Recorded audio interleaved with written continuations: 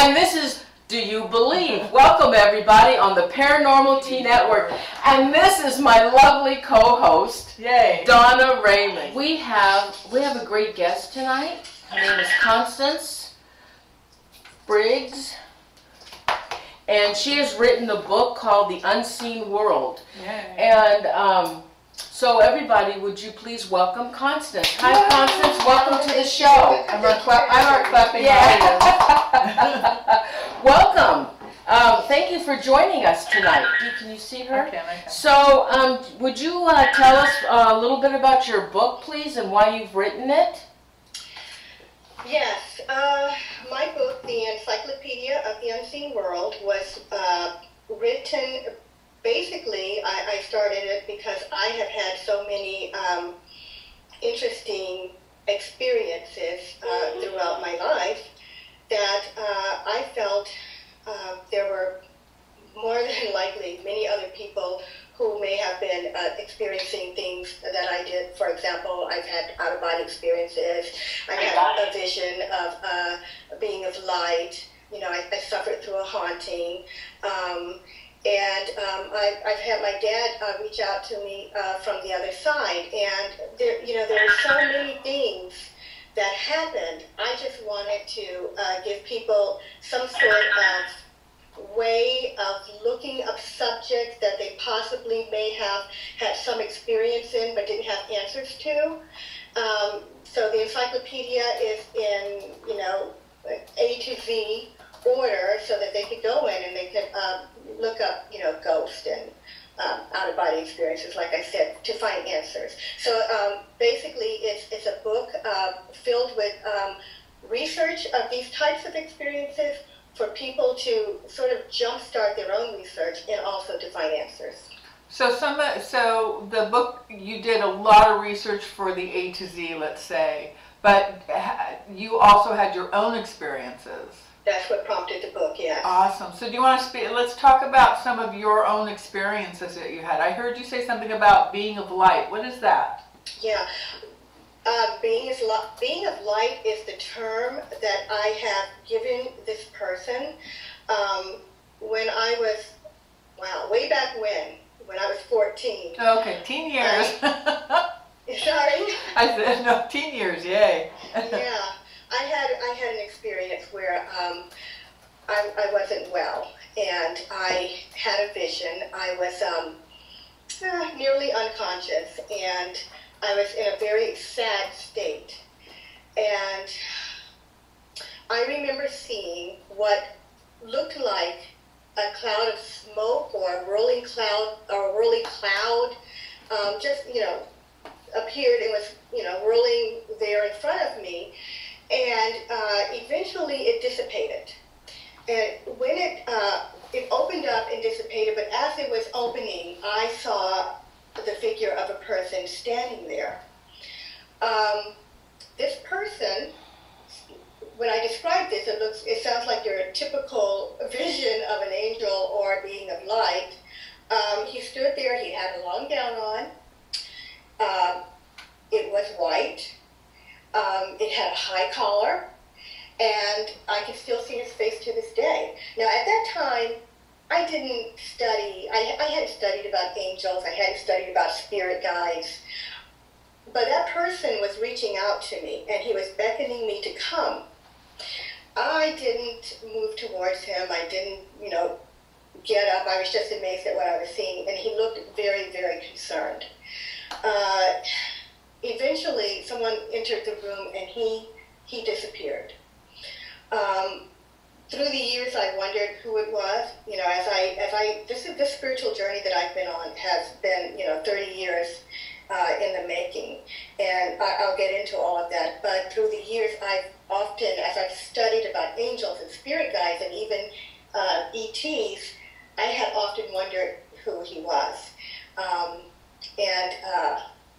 I think I may have found my answer, but definitely that was my first experience of having a full, apparition in front of me. But the person looked very concerned and caring because I was going through a very difficult time. So was it a person? It was a person. Okay, so it was like a living relative or a dead relative? No. Okay, but you say a person. Anyone that I recognized. Okay, so but it was a human, a spirit? He looked, yeah. Okay. He looked human. Okay. He looked human. Okay. Yeah, and beautiful. Oh, awesome. Very, So very beautiful. But you did figure out who it was? That's You don't have to say. I think I may have. Okay. I may have. But All right. that's the end of the story, and hopefully as the night progresses, we can get into that. But I don't want to give it away in the beginning, if that's okay. That's fine. Now, I know we talked the other day, and we were talking about out-of-body experiences. Now, do you talk about this in your book, Unseen World? Actually, what is your book, Unseen World? I saw that it said Encyclopedia, Unseen World. What is that? The Encyclopedia of the Unseen World. It basically covers the. I had started this book to be a subject on life after death, what happens after life after death, but it goes into also various dimensions, what happens when we leave our body, basically what is going on around us in the unseen. Now I know that is a vast subject, so the majority of the book covers beings in the unseen world, life in the unseen world, or the other side. You can call it the other side, you can call it heaven, the spiritual realm, the astral plane. There are so many different titles for the unseen world. But my book, that was the idea. There were so many. I didn't want to say heaven because that is very religious oriented, I feel. But there is a world around us of living beings that we cannot see, and that's basically what that book is about. When we have experiences such as out-of-body experience, that is part of what we can't see. When we cross over and go into what we've heard to be the light, we can't see the light. So that is all part of what I'm calling the unseen world. Now, I was talking with you the other day about your out-of-body experiences. Now, I've never had one. Have you ever had an out-of-body, Donna? When I was little, I used to leave my body alone. Oh, you did? Yeah. Did you see it? I just knew I was walking around my house. Really? Yeah. God, you've had everything. I know. I don't have anything. Okay, can you, so Constance, can you tell me about the out-of-body experiences? Could you tell the viewers about what you were telling me the other day? Yes. I can't recall as a child if I had out-of-body experiences or not. I have a memory of flying as a child through a place that looked just very, very cloudy, and there wasn't any buildings or anything. I still have a memory of that, and that may have been an out-of-body experience because it's been so long I can't imagine that was a dream. But my first what I call conscious out-of-body experience is when I lived in Alexandria, Virginia. I'm from Alexandria, and there is a famous bridge in Old Town, Alexandria area called the Woodrow Wilson Bridge. Now, for your listeners who live in that area, they will know. And I lived in a high-rise building next to this bridge, and I went to sleep one night, and I woke up, and I was not in my bed. I found myself conscious in the sky. It felt as if I had taken some sort of, pills, when you go into a deep sleep and you're coming out and kind of groggy. I felt groggy as I woke up. And, but it was clear to me, because I had heard of out-of-body experiences, it was clear to me what it was. And I said to myself, I know what this is. And I kind of leaned forward like this, and I caught myself, and then I found myself sort of bobbing up and down, like one of those little balls where, when you're in the water, when you go fishing, it's sort of, bobbing up and down. I was floating. I was that light. And I caught myself, and I was able to see the cars on the Woodrow Wilson Bridge going back and forth at night, and I knew where I was. The next morning, when I woke up, I just was getting ready for work, and I thought, what in the world happened to me? Did I have a heart attack? Did I die in my sleep? What happened, and why? And what can you do? just keep going, but it was an amazing experience. But at that time, I worked for a gentleman who was a friend of the author of Journeys Out of the Body. You may know this gentleman's name, Robert Monroe. He wrote Journeys Out of the Body, and he has an institution now where people can learn to have, out-of-body experience. So I picked up his book, and he sort of helped me to understand what happened, that I learned that, the soul can leave the body, and this was many, this was 20 years ago when I first had that experience. Since that time, I've learned that the soul or spirit or whatever word, a person would like to use, the astral body, can leave the physical body and travel. We're not tied to it. It's just like, getting out of this physical body for, fresh air to move around. This body, as we know, is temporary, and we can cross over into the dimensions and not be physically, and not be dead. Can anybody do this? I think a lot of people, yes, first of all, and I think a lot of people leave during their sleep state and don't realize it. Some people may think they were dreaming because they're just not familiar with it. It's not very, mainstream, I feel like this topic is. I mean, I know a lot of people, and I never hear anyone talking about their out-of-body experiences. But, yes, a lot of times the flying dreams that so many people do comment on, I had a flying dream, I think they were out of their body. Because when we are out of the body, we can move with this, very quickly, and with a thought. We think it, and we can be there. So I think those flying dreams are experiences out of the body. Also, there are out-of-body experiences that are conscious. I have been conscious so many times when I came out, and maybe sometimes people, like I said, believe that they're dreaming. I've waken up and been on a ceiling of what it looked like a mall. I don't know. Obviously, if it was, this dimension or another dimension, because when you're out of the body, everything, it feels, you're in a different dimension, but it still feels solid, you see. If you're in a different dimension, if you're here, you can pass through things.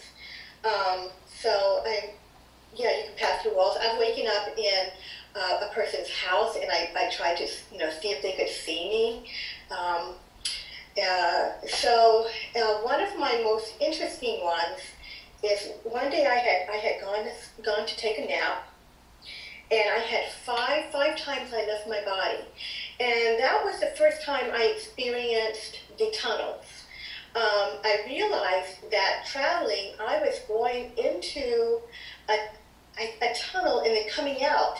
I was flying, I was moving very quickly, and in this one scene, it was a dark place, but it had sort of buildings, and the buildings sort of, they reminded me of sort of a concrete hut sort of things with floors, and I could see the people, and I could see the lighting. And I remember going very close to one little girl to see if she could see me, and there was someone with me, but I couldn't see them. But I remember them being there and being near me, but I don't remember what they said now. But I went to this little girl to see if she could see me, and I'm waving, but she looked different. Her forehead was not, she just didn't look like we look. She had something different in her head area. And I wish I were an artist so that I could sometimes draw what I see. So you're leaving this Earth then and going to other planets? I think that I think other dimensions. I don't know about the planets, but I certainly think into a different realms, yes, and I think we have that capability. Okay. There was I remember reading once, because I do a lot of research in the area of out-of-body experiences, near-death experiences, and although I can't remember the woman's name now, she wrote about going through a starry tunnel. And when I read that, because she was crossing over from life to death, and she went through the starry tunnel, and she was revived, and she came back. But I knew what she meant when she said starry tunnel because I went through one. I didn't call it that, but as I was going through this tunnel, it looked like stars were moving past me at quick speeds. And so, yeah, I've named that experience my story tunnel experience, and I'm actually thinking about writing all of this. My husband says I need to write these experiences down. I've seen other writings in these dimensions that I couldn't recognize, I couldn't read. And if we get into the subject of ETs, I saw a UFO once out of the body. Yeah. You saw a UFO out? Yeah. Oh, that's right. When you had your out-of-body experience, she saw a UFO. Tell the viewers about that and what the aircraft looked like. Well, you know, the funny thing is, I have people contact me with things they've seen, like UFOs, and I've actually never seen one while I've been in my physical body. I mean, it would be, you know, interesting for me. But this was amazing. I had gone to sleep that day. And I've learned that once I leave my body and I become conscious, I know that if there is a noise in the background, it's going to yank me back, as I say, back into the body, and I never know when it's going to occur. So I went to sleep this day, and I realize that I'm in the sky, and I'm moving slowly, and I come up on this object. And I'm coming up to it and it's a sort of a golden bronze color. It was shimmery.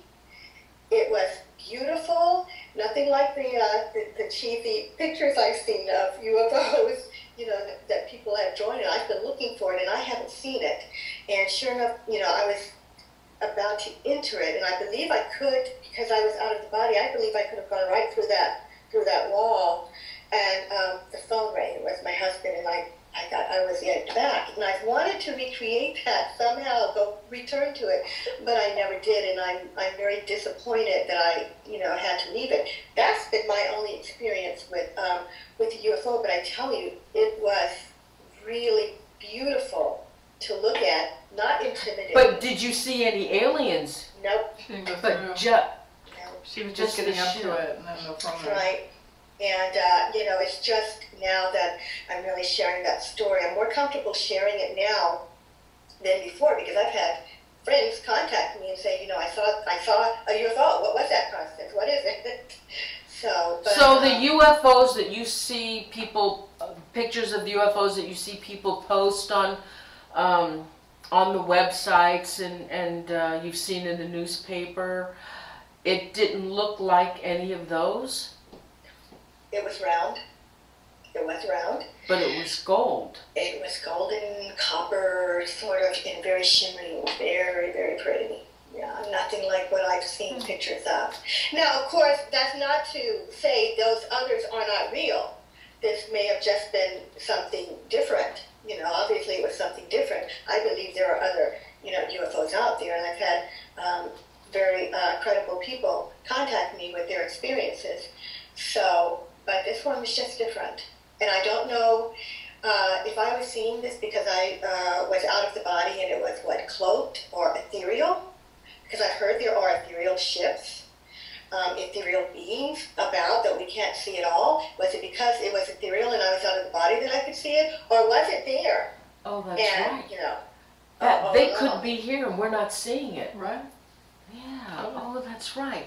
Now, so Constance, every time that you fall asleep or you take your naps, is that when you have your out-of-body experience? Yes. Now, it's not every time, it's sometimes, and it's certainly not on purpose. It's my understanding that people know how to do this. They've practiced. I haven't. But I'm not as bad with it as, I don't do it as easily as some people who have slipped in and out of their body. Robert Monroe, the gentleman that I spoke about, the reason he got into that study was because he was regularly coming in and out of his body, whether or not he was asleep or not, he was slipping out. So he had to figure out what was going on. When another gentleman who lived in the early 1900s, he was sort of the pioneer of the out-of-body experience. His name was Sylvan Muldoon. And when he would also slip out of his body, and he wrote his experiences, it started when he was a teenager, and he had gone to sleep, and this night, and he had come out of his body, and he thought he was dead, and he was walking through the house, and he started to wail because his parents couldn't see him, and then he was pulled back in. And he used to do it when he was awake.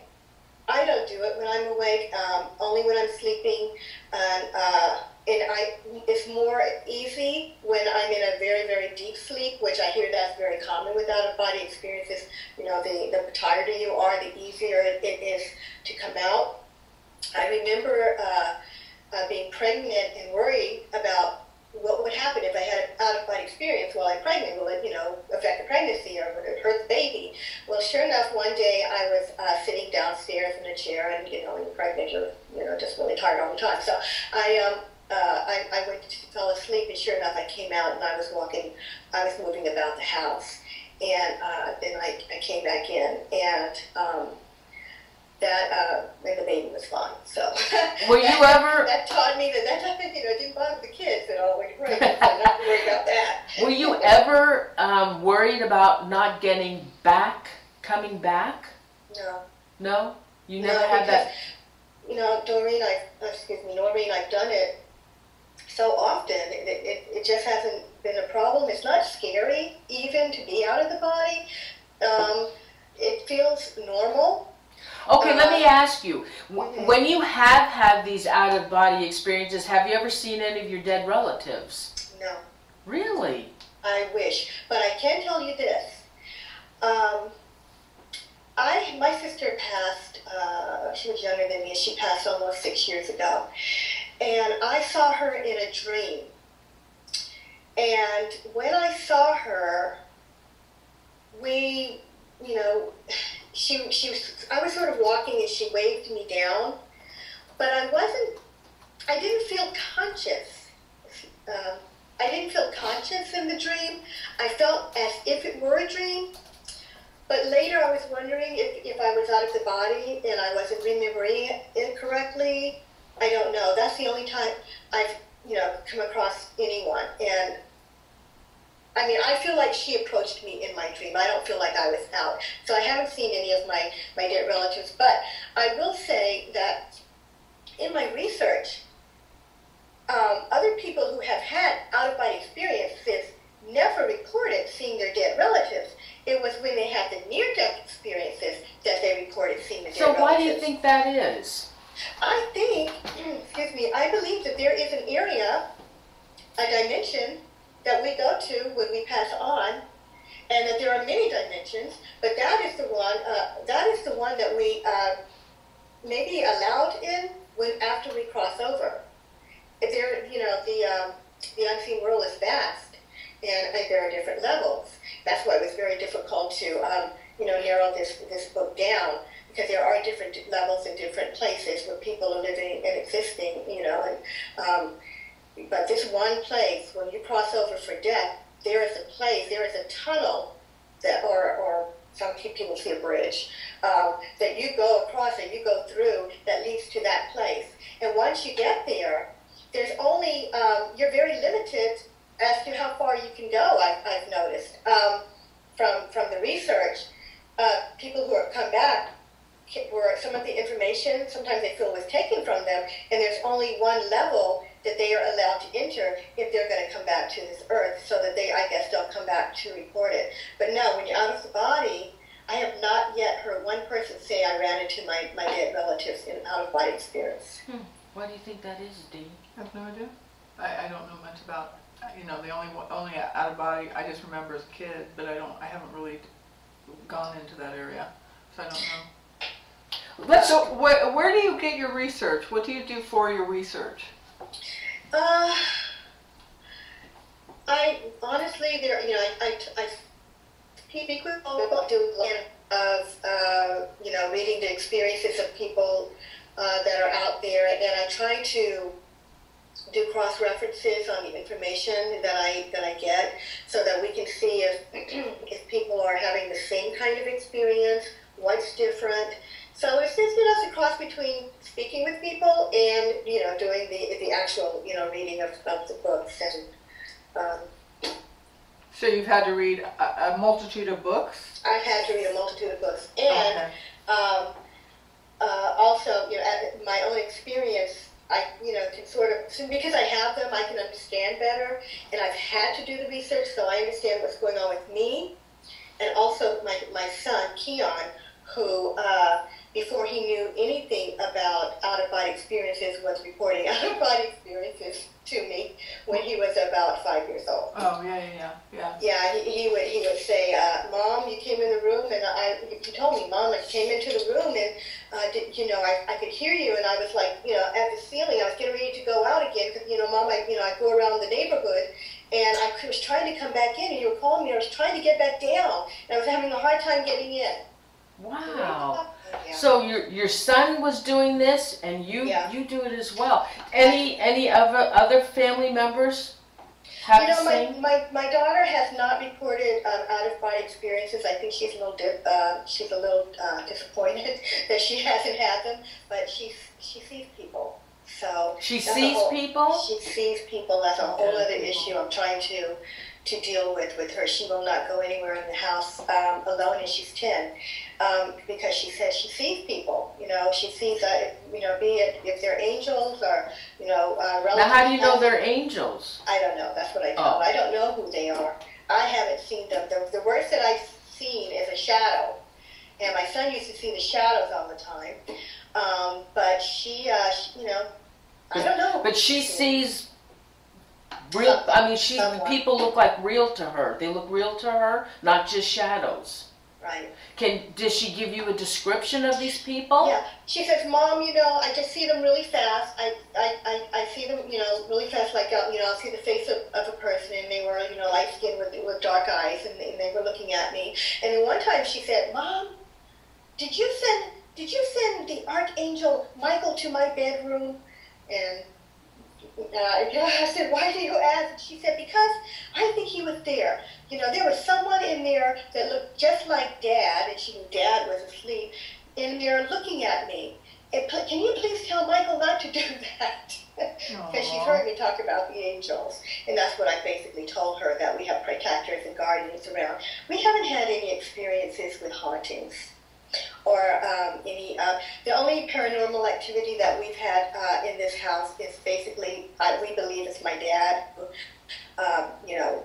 did some things when he crossed over. So I don't believe that there's anyone trapped here. I believe she's either seeing maybe a guide, I don't know, or someone coming through, or someone who's here who's, never bothered us. I just don't know. But, it bothers her to see them, and I am trying to work with her. Keon used to see them too, but he's learned and grown so much that he, was kind of more fascinated with it. He saw a woman once, and I think it may have been my sister, because he said she looked a lot like me, but again, it was so fast. He said when she realized that he saw her, she kind of went very quickly. And so he didn't have the best description, except that she looked very much like me, dark hair, my skin color. And I said, it may have been your auntie, so. Now we had also talked about afterlife communication, and you wanted to talk about that. When my dad passed on, by the time he passed on, I had done a lot of research in this area, because I had my own. Actually, I think it was a negative experience of a person who was on the other side, and so that had led to my research in this area, and I had gleaned a lot of information. So when my dad crossed over, he found ways to let us know that he was around, to let us know that he was okay on the other side, and most everything I have, and I will go into more detail, but most everything I had talked about in my book, my dad did to let us know. And I have a dedication to him in this book that says, thank you for validating everything, that I know. When he crossed over, he began to use electronic manipulation to get my attention. And I was pretty dense at the time. I didn't get it. I told you I was writing a book. and my computer was going berserk and doing things I had never witnessed a computer do before. And I tried to reset it, and it wouldn't budge. The reset button wouldn't work. The windows were closing down and turning, doing all kinds of things. And so the next day after that experience, we were going through an energy crisis here in California, so we were keeping the lights off. My dad had passed about 3 months at this time. He had passed. He had been gone about 3 months. And so anyway, the lights were off. I go downstairs with my son, who was a toddler at the time. I'd go into our living room, turn on the lamp, just a regular old-fashioned lamp with the little notch that you click. And then I went to the family room, turned on the light to read a book to my son. The lamp in the living room went out. And usually when you turn on a light, they kind of pop when you're just flip the switch. And I just thought it was odd. It felt odd. And I said, no, let me go see what happened to the light key on. So I went, and I'm clicking it, and I'm looking. And I happened to see that the plug to the lamp had been pulled out of the outlet. Now, mind you, there was no one else in the house, just my son and I, who was still in the family room. And the outlet, as in a lot of homes, the lamp was plugged into the outlet behind the couch because it was sitting on an end table. And then it clicked, Daddy. I said, I started to talk to him, and I knew it was him, and I started to tell him that I missed him, and I did ask him not to just pop in on me because I'm really skittish. And I said, Dad, I hear that one way to communicate is through dreams. It's pretty easy from the other side to come through, so, if you could come through that way, that would be less startling. And so a couple of nights later, I was asleep, and I actually did hear my father's voice outside of my dream. And I dream in vivid color. I don't know if this is related to the out-of-body experience or not, but I have a dream every night that plays like a movie. And I was in this hospital walking around looking for something, and my father appeared out of nowhere, sort of like beamed in, and he was smiling, like, see? And when I saw him, I started to cry. And so he was unable to communicate with me, any message, but I did hear his voice outside of the dream before I heard him call me. So he also gave me a vision. I was saying to Noreen that I was shopping at a mall once, and there was a vision of my dad. Everywhere I looked, I could see him in my mind's eye, waving and smiling. So one of the goals of this book was to help people who have lost loved ones, who have crossed over, and family and friends, to understand not only are they still with us and still existing and have lives on the other side, but that they try to find ways to communicate with us. We lose them and we're grieving, even though we know there's life after death. We're still upset. Well, wait a minute. Not everybody knows that there's life after death. Well, yeah. And I'm still trying to figure out. I think I'm kind of 90% there, because if there wasn't life after death, why do we have EVPs? Why do people see ghosts? I've seen ghosts. So I'm still not 100% convinced. Right. And so this is why I do this, because I'm still searching out myself. Is there really life after death? What is it like? I would love to find somebody that could ask a dead person, tell me, what is it like on the other side? Have you ever been able to do that? Communicate with a loved one and ask them, what is it like on the other side?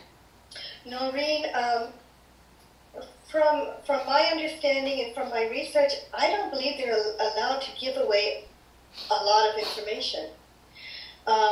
We are veiled, I think, for a reason. We have amnesia for a reason that we don't recall it. Someone once said if we remembered everything on the other side, there would be mass suicide. That we come here for a reason. We come here with missions. We come here with goals, but we cannot access those memories always because of that. That's what I've heard.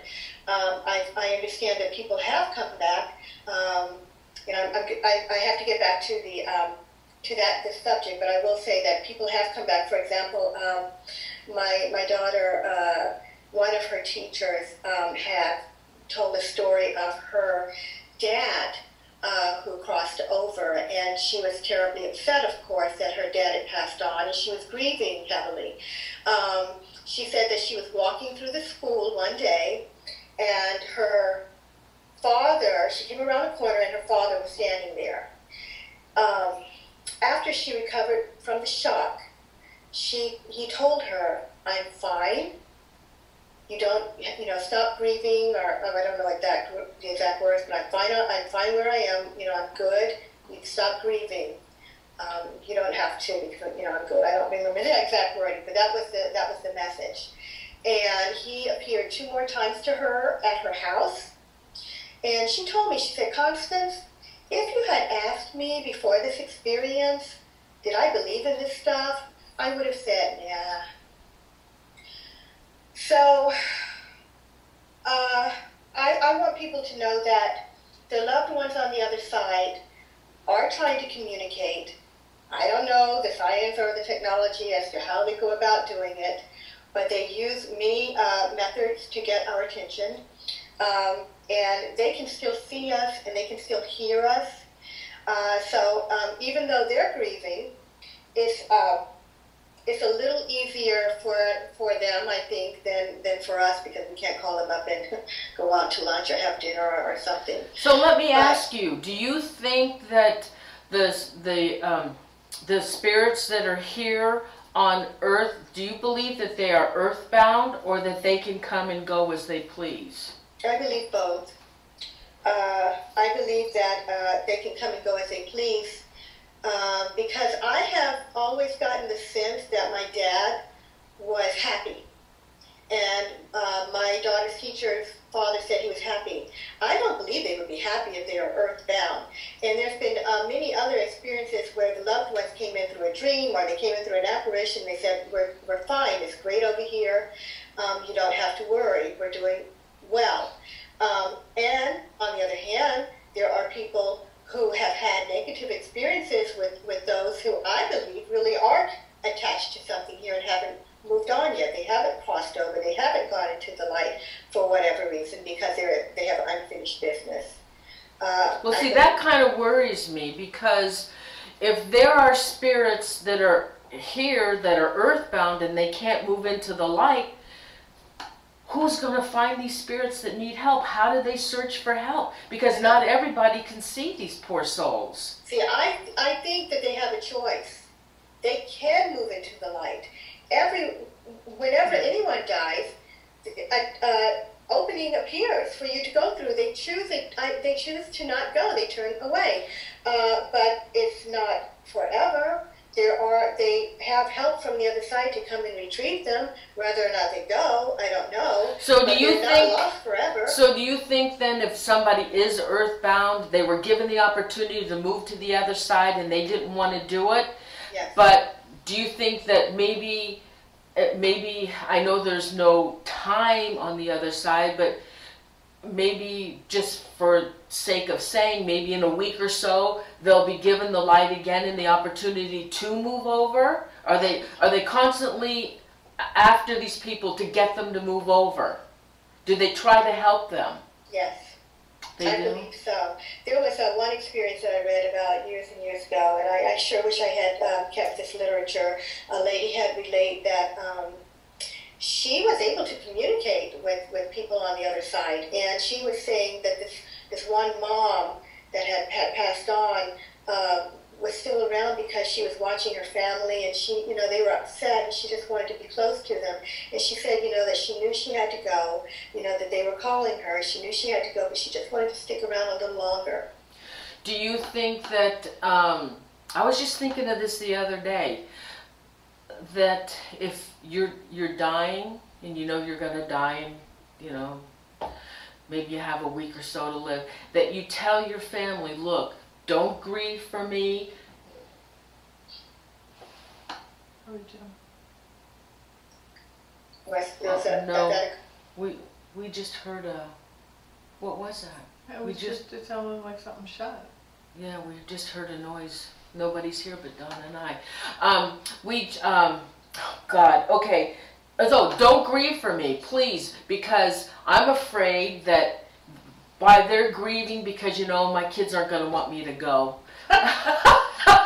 Bless their little souls. Can't afford you to go.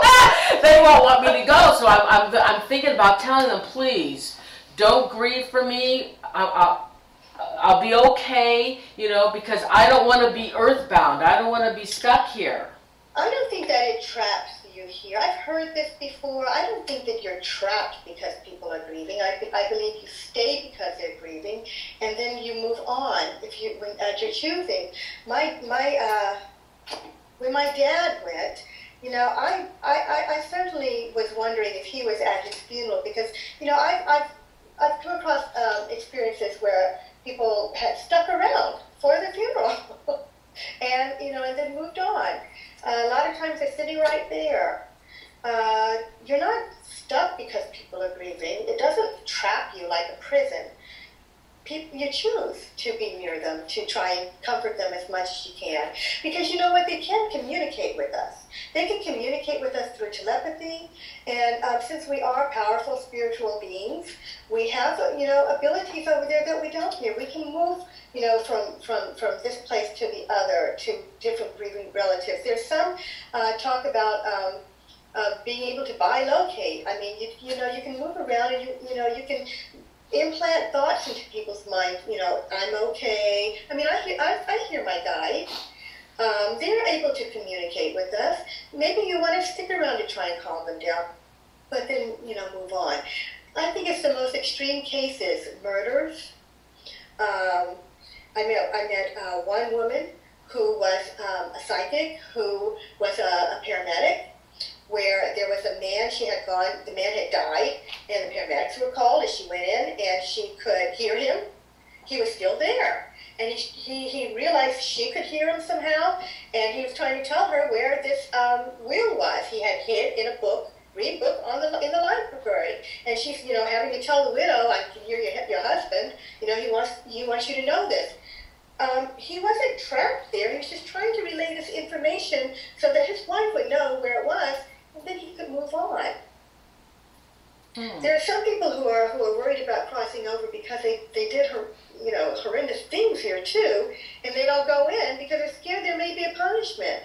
You know, people who have been involved in religions, you know, for burning of, you know, hell burnings and, you know, whatever else they believe, they think, you know, maybe something's going to happen to them and they choose not to go. But nobody has to stay forever. You have a choice. Hey, remember the other day we were talking about Houdini? Because Houdini had made a pact with his wife. He was, if there was a way for him to come back, he was going to come back. And then I told you that a couple years ago I read somewhere, I think it was on the internet, that they stopped doing the seance, because they went for 30 years. I think they did the seance every year. Was it a Halloween? I think he died on Halloween. The night he died. Yeah. I did it. And every year, for years and years, they did a seance, trying to communicate with Houdini. Now, I never read that he communicated with her, but I know, and she had died. So you were telling me that they did communicate with Houdini, and I had never read that. Yeah. Okay. Before Houdini died, Houdini wasn't big on mediums, it's my understanding. Right. And he made it his point to try to expose them. And so he had told Beatrice, his wife, you know, if I die, I'm going to come back from the other side to show you that there is life or death, you know, if that's true. So they created a code, and the code was part alphabet and part numerals. Did they reveal the code? Sorry? Did they reveal the code? The code was supposed to be between only the two of them. Right. And the numerals represented an alphabet. And so Arthur Ford, who was a psychic, had a guide named Fletcher that he worked with. And Houdini I came through Arthur, notified Arthur that he was about, and I guess Fletcher on the other side relayed this message to Arthur and was telling Arthur what Houdini was saying. And Houdini, Ford related to Beatrice, his wife, and he said, I've heard from your husband. He said that, he is alive and he's giving me this message. The message being, believe, Rosalie, believe. And he talked about the code, and he said, is this your husband? And she said, yes, it is. And so, because Houdini was famous, and they're trying to prove life after death, she had to sign an affidavit saying that, yes, that was the code, yes, that was the message, and that it was her husband on the other side. Now, so, that's out there, but there was, apparently she backtracked, I guess, and she said she was sick during the whole thing, and then that maybe, they knew the message.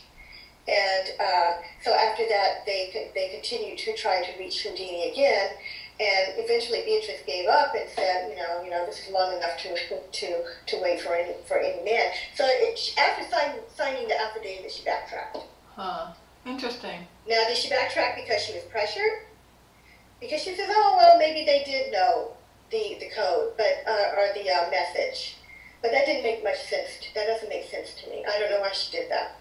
Well, they don't do the seance anymore. They gave up. Mm-hmm. But if he did move on, would they be able to communicate with him if he moved into the light? Maybe he decided I've had it. That's he's not going to go over and say, I'm sorry, I told you. He told her, she knows it. She decides for her own reasons to say, nope, sorry, and let's let it go. Because he's gone. So well, another thing is suppose if there is reincarnation, if we are able to relive a life again, he wouldn't be able to come back and communicate, would he? Not if he decided to come back in a life, do another life, then no, of course, he's in a body. But if he's going to stay on the other side, I would say, see ya, come one time, and then I'm going to go the other side. I'm not going to come back here. You don't want to come back? No! Oh my God, no. Oh, hell no. I haven't finished. You're still here. Well, I know, but even when I die, I'm coming back. Of course you are. You're going to run your kids' lives. I know that. I haven't finished. I'm so done. I'm done. There's not enough hours in the day for what I want to do, and I want to do more. And I have to come back. We'll do another life.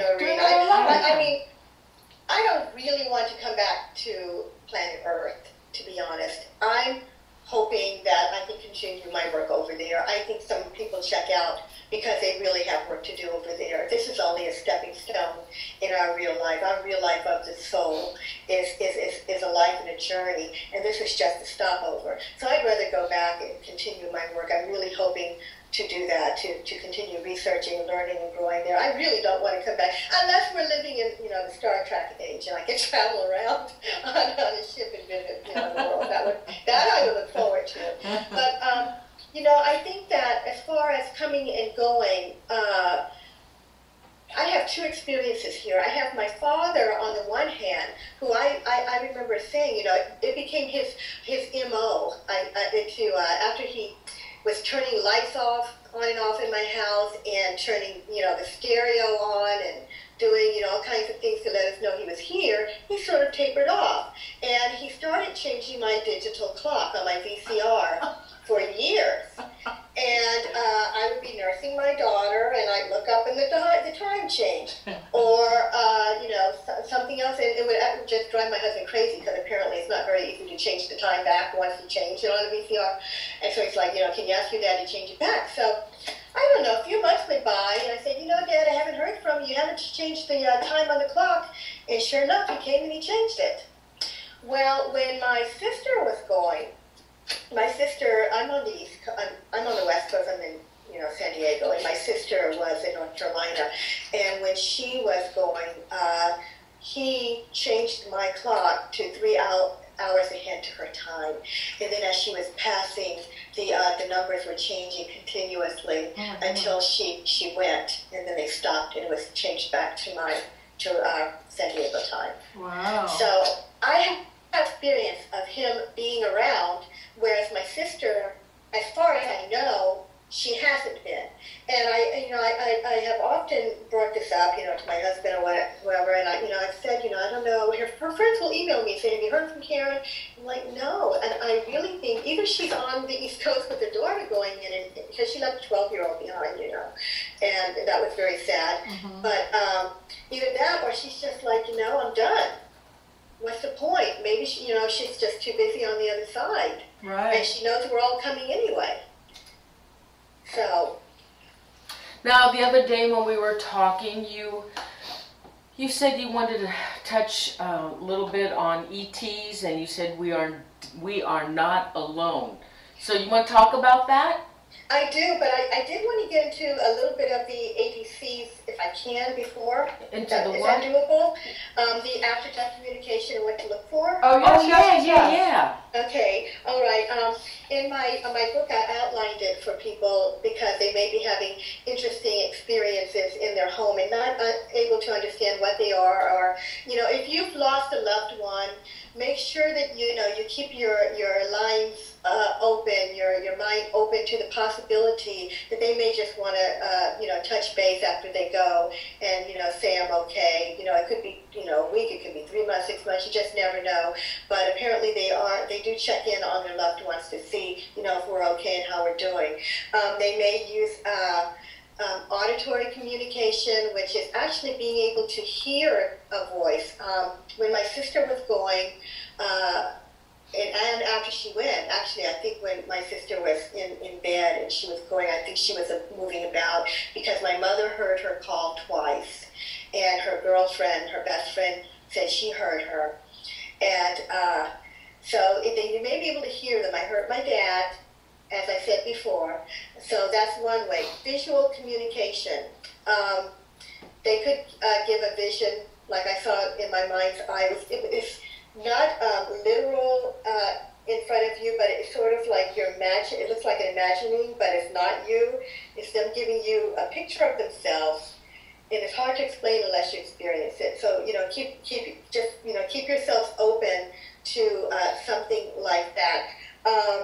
Dreams. It's very, very, very common for our loved ones to return to us in dreams. It seems to be a very easy form of communication for them, and they can talk to you there because in our dream state you're at our most spiritual, I think, and most psychic, for lack of a better word. When you feel a presence, you can feel a presence. It could be your loved one that just crossed over. Touch. You may feel someone. I've heard reports of people feeling a kiss or a stroke on the shoulder or the